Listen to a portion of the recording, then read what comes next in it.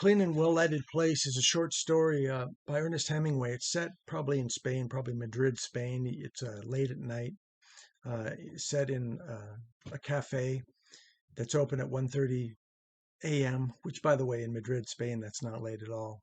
It wouldn't, it's fairly common, or at least it used to be, where, everyone would stay up till 4 a.m. Very common. And the clubs and the bars would be up and open until 4 a.m., maybe till 8 a.m. So 1:30 a.m. is really not very late. But you've got this old man sitting over there by himself. Pretty much the place is cleared out. You've got just this old man. Headed. Other people may have gone on to the other bars, and so you've got this lonely old man drinking brandy, and you got a couple of waiters talking about it. And you got a young waiter and an old waiter. The young waiter's saying, "What's this old man doing? He wants another brandy. Let's cut him off." And they're arguing about whether to cut him off. The young man doesn't want to give him any more because the young man, for some reason, wants to go home. He wants to go home and go to bed. And that's all he cares about. And they talk about how, well, the old man tried to commit suicide last week. And the young man is thinking, he says, essentially what he says is, I wish he would have been successful, gotten the job done so I can go home and go to bed.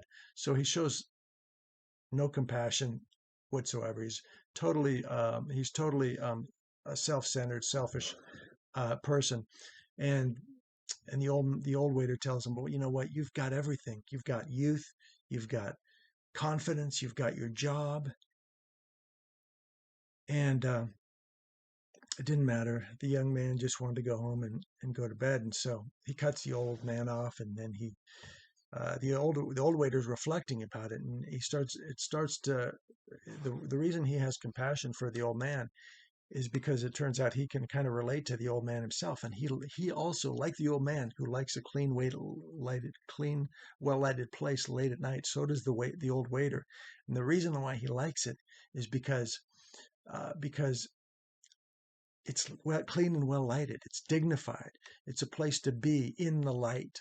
That's the key. It's a place to be, a dignified place to be in the light, comforting. It's comforting for him.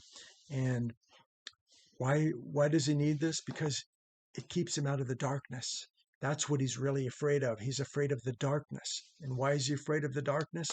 Because the darkness is a place of horrors for a person like him. He's an atheist, and he fears the darkness. He can't sleep. He needs to be in the light. Why? Because in the darkness there is nothing. There's no comfort of a clean, well-lighted place and an old man and another person. No, you're all alone, and there's nothing. There's no God, no hope, nothing, no Bible, no prayer, nothing. Total nothingness. Nothing is nothing is nothing. That's his outlook on life. And so the old waiter wants to keep the old man around because the old man gives him purpose. It gives him it gives him life, and in essence, in a way, the old waiter, though he has his philosophy of life is totally tragic. In a way, I think maybe he's working it out.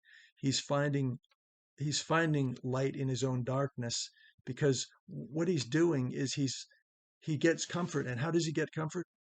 By serving the old man, by helping another person who's also suffering, who's also lonely. And that gives the old waiter a kind of joy, a kind of fulfillment and comfort himself. And so this really shows us the way out of our loneliness. And it's not by retreating into the darkness, but it's by getting out into the light and serving others in any way we can. How can we help other people? In his case, he would help the old man by basically serving him brandy. But that was something. It wasn't much, but it was something. At least he was giving the old man, keeping him. I mean, the guy tried to commit suicide last week. He's trying to, at least keep him alive, give him a place to go, as opposed so he doesn't have to retreat into the darkness of his flat. And this is how he's doing it. He's finding, and we can do the same thing. We can find anyone. We can help anybody. We can help our neighbor. We can help someone volunteer at a nursing home. We could, find a lonely YouTuber and give them a like, and no matter how small such a thing is, it actually is gives somebody or some people, a smile. And we could we could visit a parent who perhaps is lonely. Give them a phone call. Drop by and visit a lonely parent, um, or some hopeless.